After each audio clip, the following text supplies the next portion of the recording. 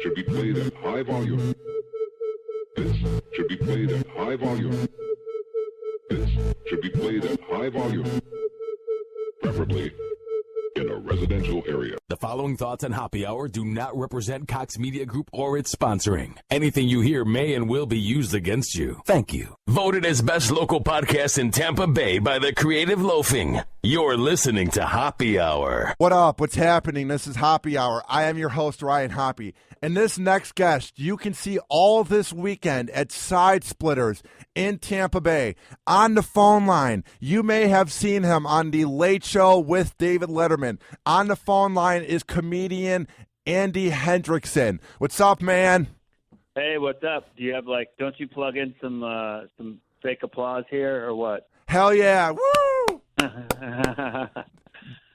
Dude, you said it best on Facebook Messenger. I got a flat tire on Friday, and we were supposed to have an interview at my second job, but it wouldn't have made sense because the setup wasn't as nice. But I loved your line when you said it's like God didn't want us to do this podcast, because that's how I felt, you know? It did feel that way because we were going to go at one and then two, and then we moved to three, and then you got a flat tire, and then you had to go. And then I was like, well, why don't you come? Or you said, well, let's do it at the comedy club. And then you're like, no, I got to be the mascot of the Tampa Bay Lightning and wear a robot suit or whatever the hell it was. Yeah. What was it? It was the Electronic Rocket Man suit. And oh boy, dude, I've jogged a bit. I work out. I have never sweat that much. And you can't do anything because it's a robot suit. So sweat's going in your eyes. You can taste it. But, dude, getting up and down and being on the Jumbotron, man, that was pretty fun. Yeah. Well, I mean, were people just losing their shit or what? Well, here's the best part. Is they're up 2-1 in the second quarter, or the second period, rather. And the Red Wings score, so then it's tied 2-2, and the whole place goes quiet. So dumbass me goes, I think it's time for me to try to get the crowd going, because maybe this will help pump up the team. And I've never been to a hockey game, and I didn't realize that after our team scores, usually they're moping and they're waiting for something positive to happen. So I'm in the front row, right next to the Red Wings bench.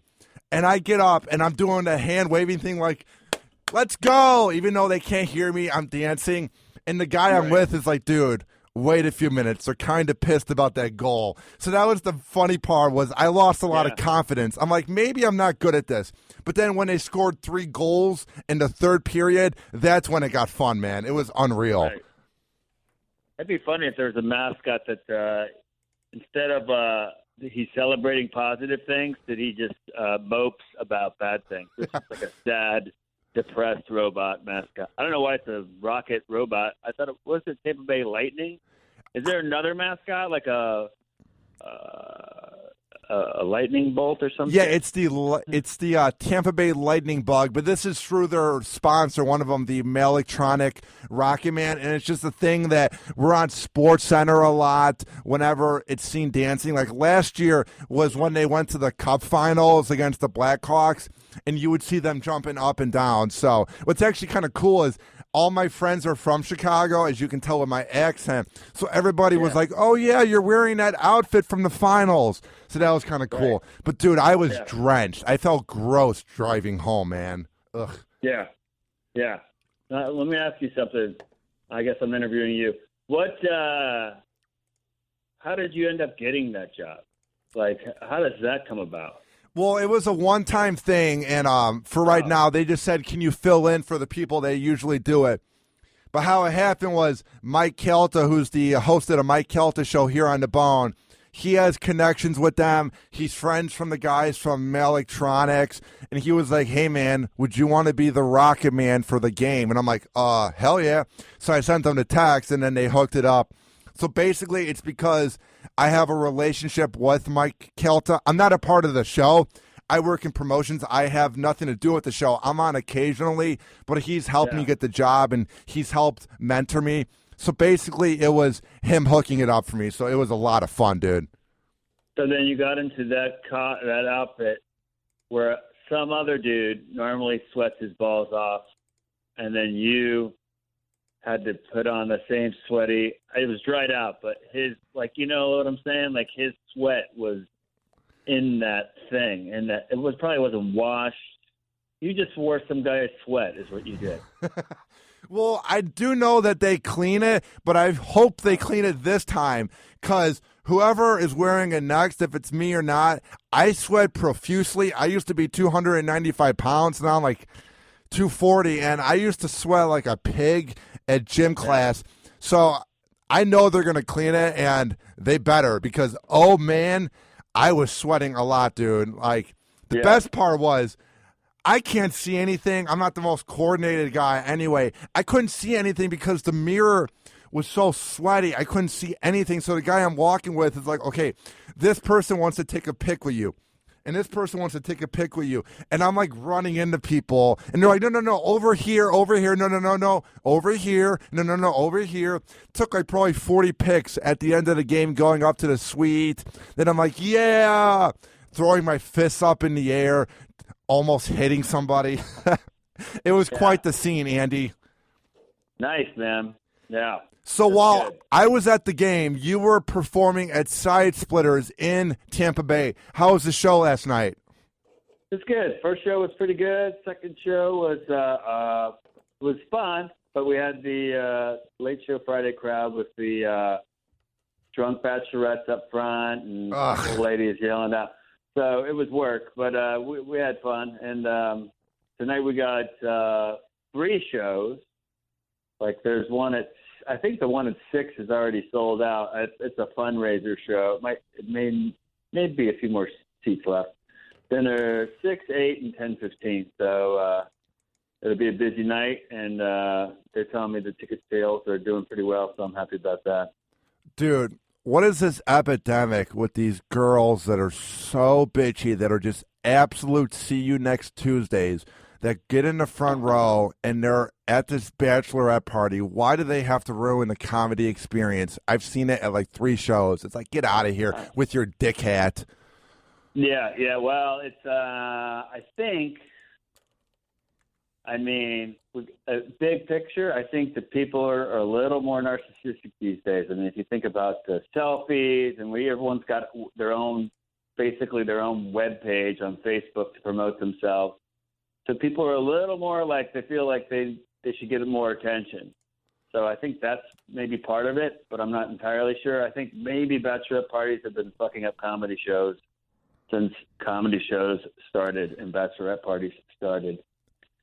Now, you're being paid to do comedy. This is what you love. Is there ever a point where you just begin heckling at them and going crazy? I saw Nick DiPaolo about 2 years ago in Chicago at Zany's, and these women were being absolute bitches, and he bitched them out so bad that they left. How do you approach it? Do you ever get really angry? Does your blood boil, or do you ignore it? How do you approach these imbeciles?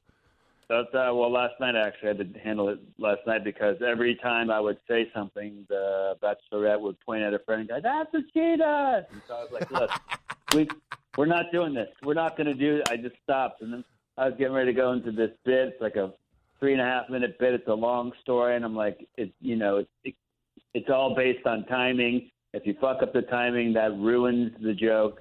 And I stopped her, and I was like, "We're not going to do this, okay?"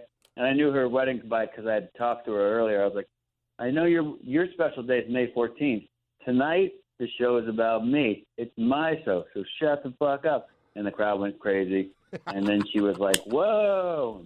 And then the club went over and kind of shushed them up. So, yeah, sometimes you have to nip it in the butt. It's a very sometimes you can be, if you're too mean too early, the rest of the crowd's like, "Hey, what's your problem, man? This guy's kind of a dick." So it's a fine line. You got to be very careful on how you address it, you know? How do you not get sidetracked where you might forget some of your jokes? Because I'm a very scatterbrained guy. I have ADHD, so I feel like if there was a heckler or some see you next Tuesday in the front row trying to get me sidetracked, I feel like I would forget my material. So how do you get things together in front of a sold-out crowd and get your jokes and get back in a rhythm? How do you do it? Dude, I mean, sometimes you just, it's just experience, you know? It's like you learn after so many years of doing comedy, you just learn how to go into, like, you might be yelling at someone and you come back from yelling at them, and then, like, you just go into autopilot. Like, there's been times where I've been telling jokes and I'm distracted by something someone's doing in the crowd, or I'm thinking about a completely different thing as the jokes are coming out of my mouth, and then I'll pop like back into my body and be like, what was I saying? You know what I mean? Yeah. It's a weird thing. But it's, you know, whatever, we're getting into nerdy comedy stuff, but it's better just to be present and in the moment. You just learn after time how to come back and get back on track, you know. Now, you just said learning after time. Does that come through people giving you advice? Does that come through experience? What's the key to being a better comedian after each show? How do you learn over time?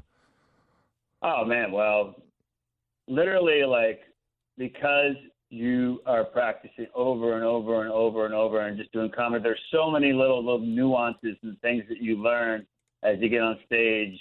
It's like, have you ever heard of Malcolm Gladwell, the 10,000 hours? That's a very popular theory. Like, you got to do 10,000 hours of something to get really good at it. Because you learn so many little different nuances and tricks and, not tricks, but how to handle different situations, lines to back up your jokes, little, like, heckler lines, how to control the crowd, and when the checks are getting dropped, what jokes to switch to. Like, you can't be like, if the checks are getting dropped, you can't be like, and they're doing a very complicated joke that requires a lot of attention from the audience. You know, you can't be too clever. When the checks drop, you got to kind of shift gears and maybe tell a story or something a little more, a simpler joke, so people can still pay attention and figure out their 20% tax on their bill, or depending on how cheap they are. Now, during the day, when I think of things to rant about, I'll listen to the news, I'll check Twitter. When I'm driving around, I'm often thinking about what I want to ask my guests. How do you come up with your material that you bring to the shows? Is it often new? Do you kind of mix it up? How do you come up with the material for your comedy routine?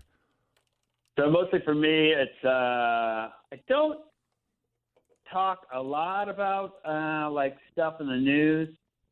I like my material to be, it's more personal. So it's just from living life. If something happens and I make an observation, I'll put it down in my phone, and then I'll get like a list of kind of general premises or topics, and then I'll go back and usually I just go I have to get out of my apartment. Oftentimes I'll leave my phone and my computer at home and just bring a pen and a notebook. Otherwise I'll get distracted. And, I'll write down a list of things that are in my phone to work on, and I'll just sit down with a pen and notepad and just write and write and write and write.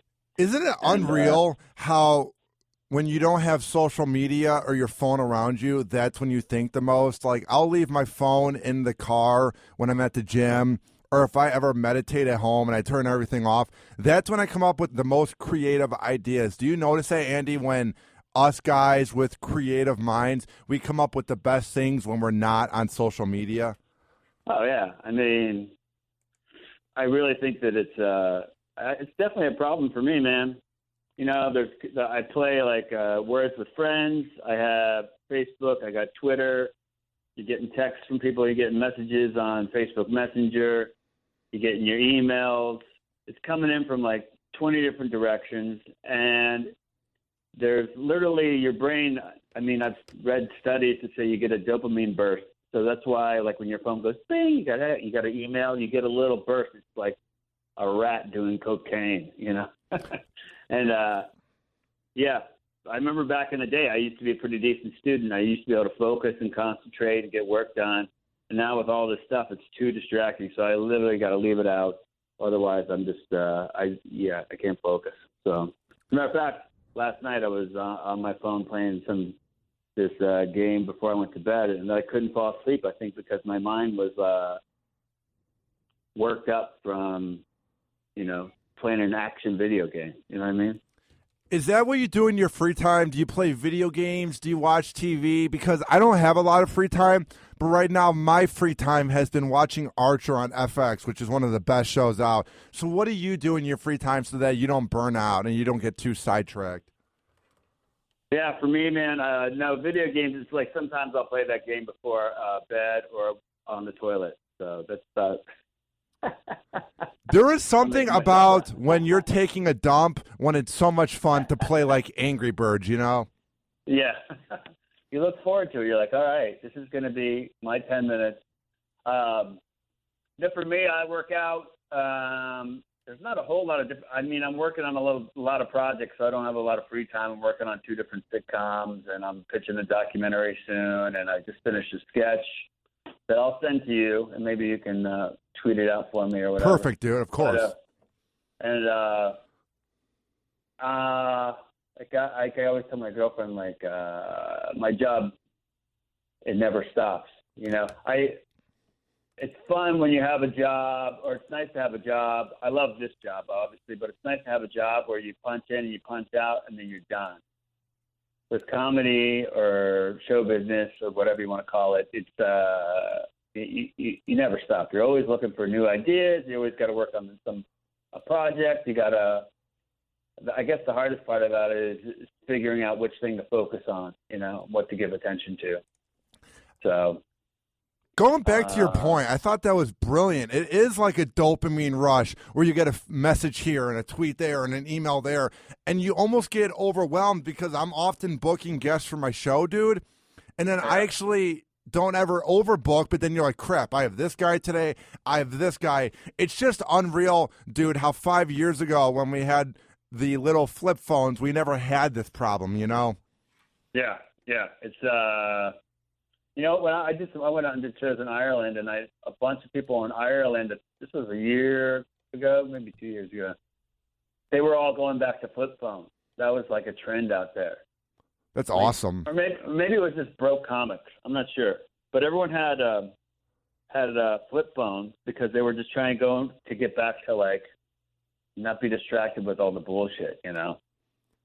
So that's a really good idea. I like that. Maybe I should come out with maybe that's will be my new idea. I'll come out with a new flip phone. That's that's dumb.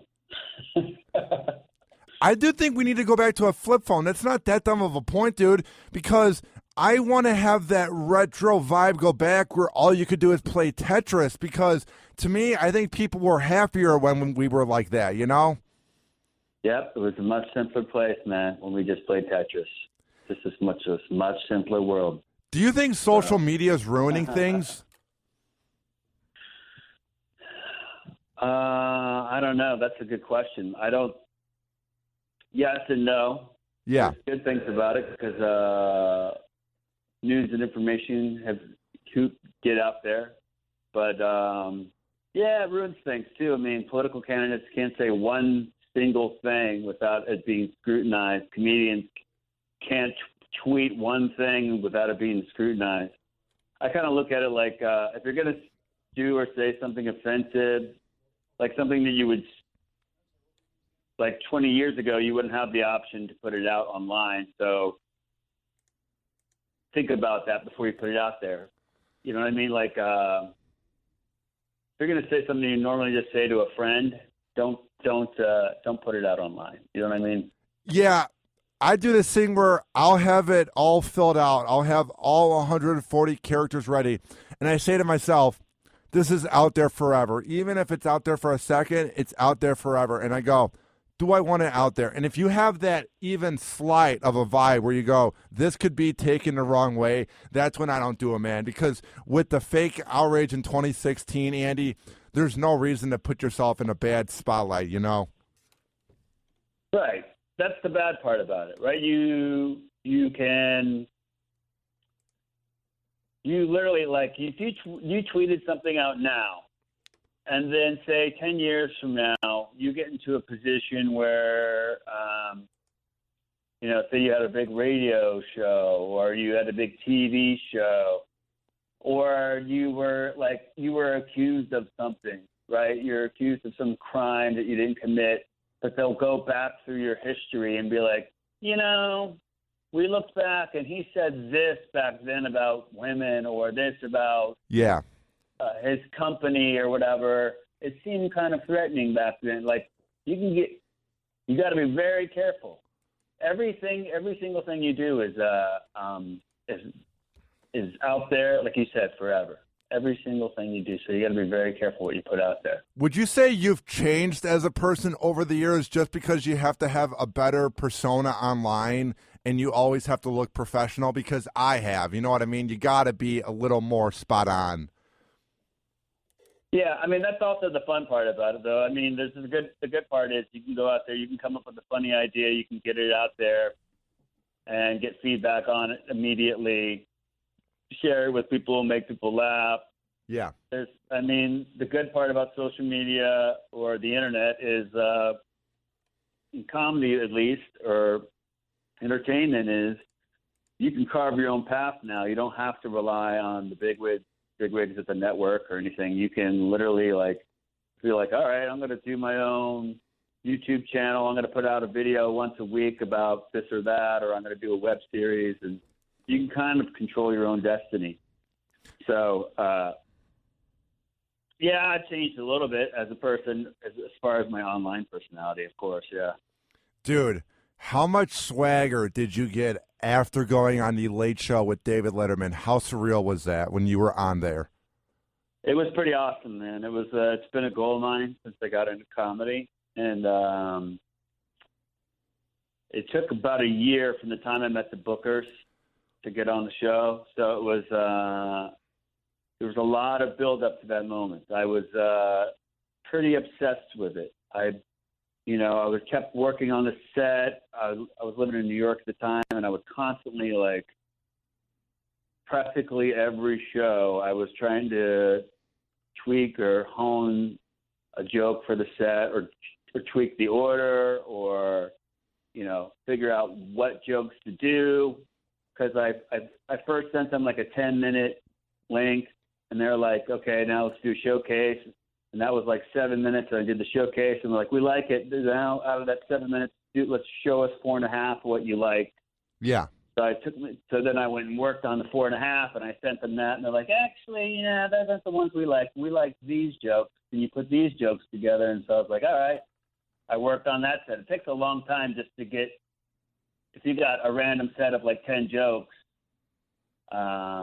to figure out how to link them together so it all goes smoothly, and figure out nice transitions and have a nice, if you have a callback or all that kind of stuff. So anyway, it was pretty awesome. That's what I noticed too, was you were really well prepped. I can definitely tell that you were working on it and refiguring things out over the year. Because a lot of times whenever I would watch Letterman or any of the shows now where they have the comedians at the end, you can definitely tell that they're just kind of winging it and they don't know what they're doing. But I could definitely tell, dude, that you were well prepped and you knew what you were doing, because I watched it on YouTube and I thoroughly enjoyed it.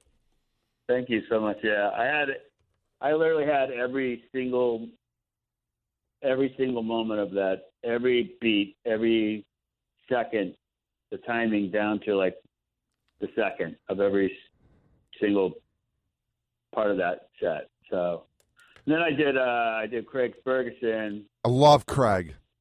Yeah. I'm bummed that show's off the air. I think he was supposed to get the.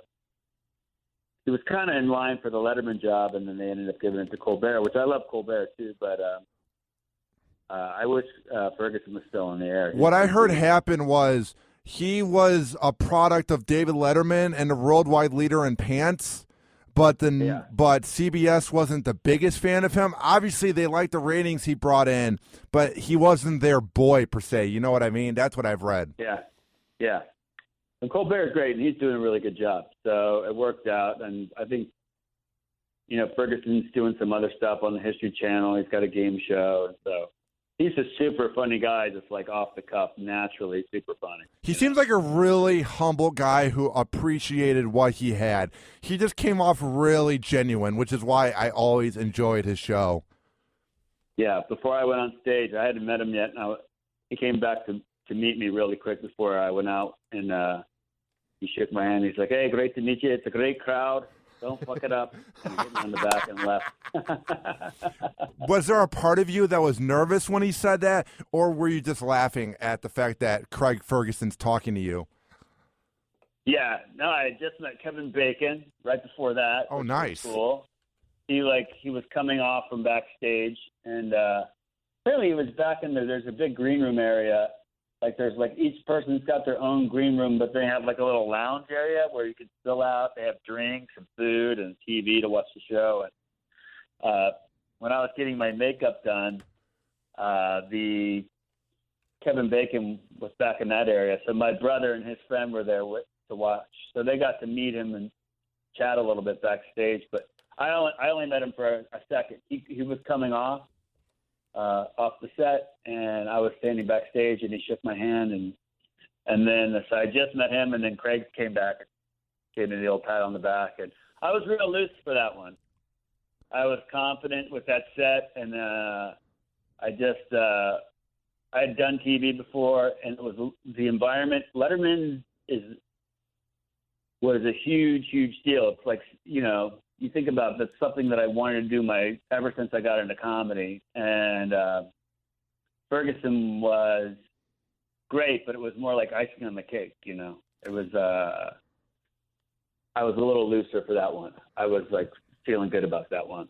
Letterman, I was pretty nervous, if I'm being honest. What did you do to calm the nerves, though? Did you just kind of take in the moment? Because was there a part of you while you're up there performing that you're just looking at the crowd and you're like, holy shit, I'm on the Late Show right now. You know what I mean? Yeah. Well, I'd kind of like, without getting too, new agey about it, I had kind of already pictured myself being on that stage. I'd gone with a couple comedian friends. I went with Nick Griffin once. I went with Keith Alverstedt, which is my old roommate. I'd gone backstage with them, and then I'd seen the stage, I'd seen the backstage, I'd seen how it all worked. I would literally like visualize myself being on stage. It sounds corny or dorky or whatever, but I would visualize myself being on stage quite a bit. At Letterman. This is even before I got the show. I just knew that I wanted it. So I was, and then I'd also gone and sat in the audience. So I knew what it looked like from the audience perspective. And literally I just told myself, when I get on stage, get the first joke out, and you're just telling jokes, you're not on TV, just have fun. It's like you're doing a nice little theater, and just pretend you're just doing a regular set somewhere.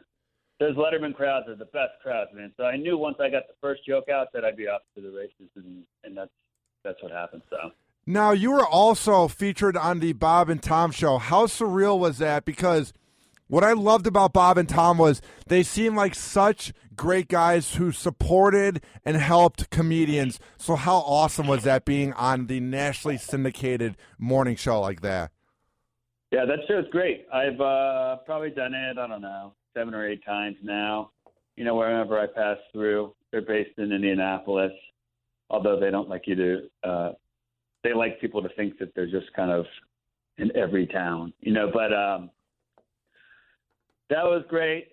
That was a little nerve-wracking when the first couple times I did it, and then once you kind of like do a good job and they feel comfortable with you, you come in, they're a little looser with you, and they let you stay on longer. And then after that, it's just like anything, and you know, you just kind of crack your jokes when you get the opportunity. Sometimes it's hard on that show because there's going to be like 2 or 3 extra guests on there, but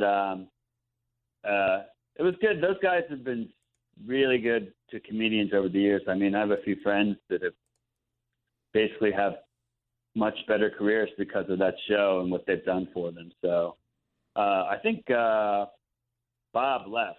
Yeah, Bob left in December. He retired. Yeah, I mean, they've been doing that show for a long time. I don't blame them. At some point, you hang it up. But I think Tom's on there, and now they're having guest comic hosts and guest hosts. So I feel like it's going to be another opportunity for somebody else to step in, and you know, hopefully it'll be one of my friends. Where do you want to see yourself in 5 years? Because things are going pretty good for you. So where do you want to be in 2021? Really? Are we going to do this fucking this interview question, Ryan. This is when you go for on a job interview. They ask you where you would see yourself in 5 years. What is your best quality, Andy? My best quality is that I work too hard. Now that's what you say. I remember learning that when you do a job interview, when they say what's your biggest negative quality, you make it a positive. Yeah. You're like, oh, you know what? I'm just really hard on myself, and sometimes I'm hard on the people around me because I want to do the best job possible. So sometimes that can be a conflict. Sometimes I work too hard, and I can get a little burned out because I'm willing to put in the extra hours. That shit like that. 5 years from now, well, I'd like to have an hour special out on one of the big networks, or on one of the big, of course, Netflix would be good, or HBO, or one of those kind of things. I'd like to have a few more TV appearances. The late shows are they're not dying out, but the market's changing. They're not what they used to be, and they're not doing a lot of stand-up anymore. Conan's kind of the only one that's still doing a lot of stand-up. And there's so many different little channels that are popping up that are doing stand-up. So I'd like to have a couple more late-night appearances. I'd like to have an hour special. And I'm working on a couple different projects right now, personal projects, where I'm writing a couple different sitcoms. And hopefully one of those get picked up, or one of those will lead to something else where I could, get on. I'd like to be on a TV show, do some acting and stuff like that. Now, I'm working on that. When you're writing jokes and you're coming up with sitcoms, how do you make sure that it's not plagiarism or it's not been done before? Because your comedy is about your personal life, so no one can take that away from you. But when you're writing these ideas, how do you make sure that it's original? How does someone do that? I've always been fascinated. I don't. I mostly steal from the best comics around the world, and I figured. No, I'm kidding. What I do.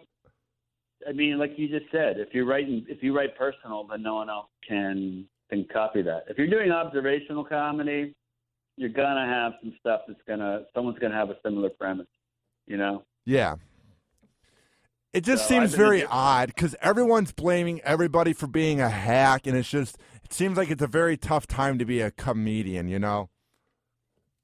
Well, that's the thing with social media. Everything's out there, right? So, I'm a big fan of Bill Burr, and a lot of people love his podcast, but I won't listen to it because I don't want any of that stuff to seep into my brain and me to start writing. There's been a couple times where I've been writing a bit where I'm like, shit, where did I hear this? You know what I mean? Yeah. So I try not to watch a lot of other comedy, to be honest with you. I just kind of like to do what comes to me, so that I'm not being influenced by anyone else. You know what I mean? I'm the same way. I listen to Opie and Jimmy and Kalta and Howard, but at times I have to turn it off because I'm going, I don't want to begin talking like Howard or Opie. You know what I mean? You have to take a few moves back and go, you have to be yourself whenever you're doing any project, Yeah, I can remember back when I was, I don't know, about 5-6 years in the comedy. I still am a big Jim Gaffigan fan. Yeah. And but I have 2 or 3 of his CDs, and these are CDs. He put out a bunch of CDs when he was before he blew up that are just they're like recordings from the back of the room, One's like Luigi's Doghouse, and I can't remember all of them, but I used to love those CDs. I would listen to them over and over and over when I'm driving on my gigs and stuff. And then my brother came and saw me, and I had given him those CDs. And after the show, we're having a beer, and he's like, your delivery sounds a lot like Jim Gaffigan. I was like, really? Fuck. Yeah. It had kind of I was such a fan that the kind of the style had kind of rubbed off on me a little bit.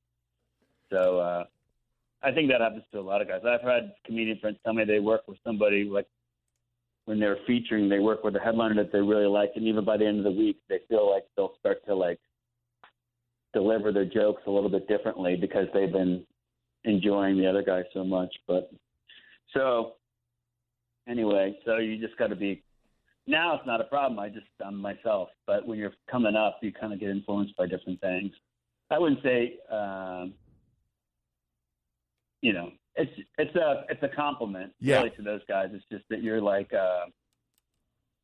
I've talked to a bunch of comedians where that's happened when they're coming up. Like, there's a lot of guys back in the day with Dave Attell, that you go around New York and you're like, oh man, that guy's an Attell fan, because you can tell by their delivery that they're kind of delivering things with the same beat and timing and same style of material, you know. It's not the same jokes, but anyway. It just takes time to learn how to be yourself on stage. That's the hardest thing. Now, before I let you go, man, where can people see your original and funny comedy this weekend in Tampa Bay? We're at Side Splitters Comedy Club. We got 3 shows tonight, Saturday, which is what's today, April 16th, and then 1 show tomorrow at Side Splitters Comedy Club. It's right off of Dale Mabry. It's the website Side Splitters Comedy. This 1 show tomorrow, I think it's 7. Well, dude, keep up the good work. I'm glad that God actually approved of us doing this interview, and I was able to get it done. I was worried for a second it wasn't going to happen, you know? Yeah, I had a feeling like, I was, if there was one more hiccup, I was going to be like, dude, I just don't think this is meant to be. But, you know what? It may not be recording, right? It's probably not even recording right now. There's probably a glitch in the system, and you're going to lose this recording, and no one's going to hear it because God didn't want us to do this podcast. Well, dude, keep up the good work, man. I loved watching your comedy online, and everybody should go see you this weekend at Side Splitters. So keep up the good work, Andy. Thanks, buddy. I appreciate it. All right, have a good day, man. All right, you too. All right, bye. Bye. Happy Hour. Happy Hour.